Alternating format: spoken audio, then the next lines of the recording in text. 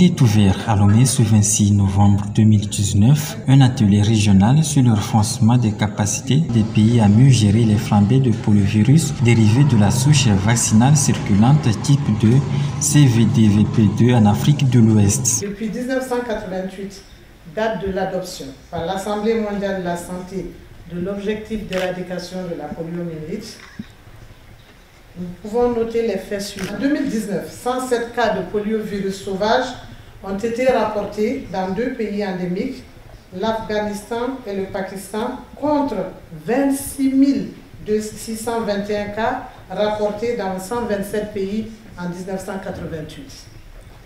Le dernier cas de PVS type 1 notifié remonte à novembre 2012.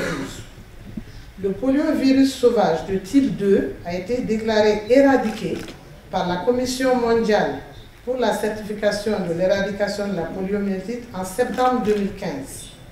Le vaccin anti-poliomyélite inactivé issu des stocks mondiaux a été introduit dans les programmes de vaccination systématique dans la majorité des pays en 2015. Les indicateurs de la surveillance et de la vaccination se sont améliorés au fil des années dans les différents pays. Malheureusement, et ce, malgré ces progrès réalisés, force est de constater qu'un enfant sur 5 échappe encore à la vaccination.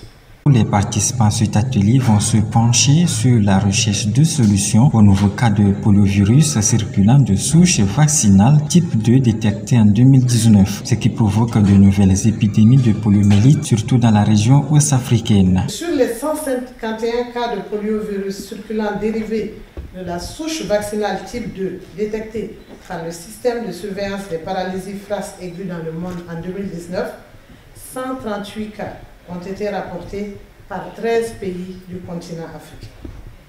Vous conviendrez avec moi que la grande mobilité des populations dans la sous-région, les lacunes persistantes dans la surveillance au niveau subnational et de la faiblesse de l'immunité de la population, associées à l'existence des nombreuses zones d'insécurité dans certains pays, sont les éléments majeurs qui favorisent cette situation de risque de propagation des cas de poliovirus dérivés dans les autres pays de la sous-région.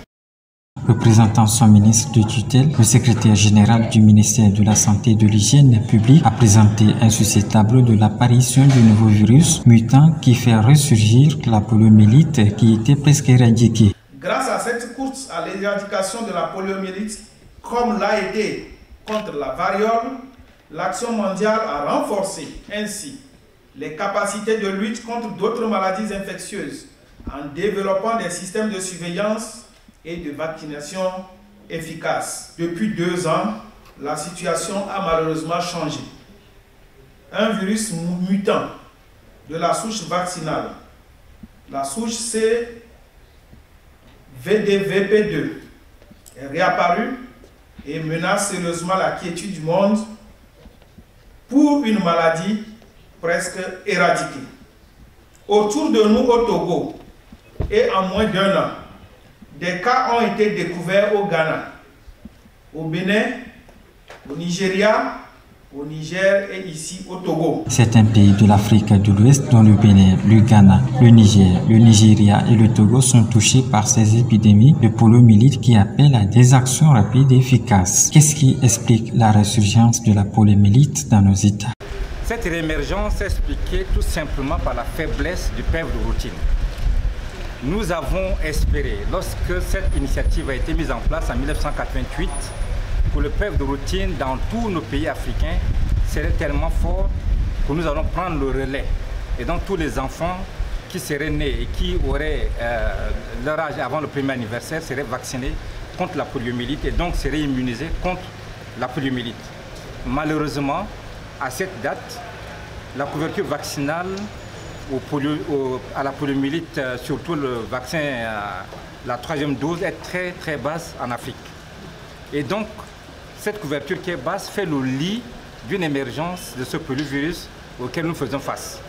Et donc, notre action, non seulement c'est de détecter les cas de poliovirus, mais également de renforcer le PEV de routine dans nos différents pays pour permettre à ces pays de pouvoir mieux faire face à l'épidémie. Pour rappel, plusieurs partenaires sont engagés dans l'initiative mondiale pour l'éradication de la poliomyélite. On peut citer l'OMS, l'UNICEF, Fondation Bill et Melinda Gates, Rotary International et CDC Atlanta.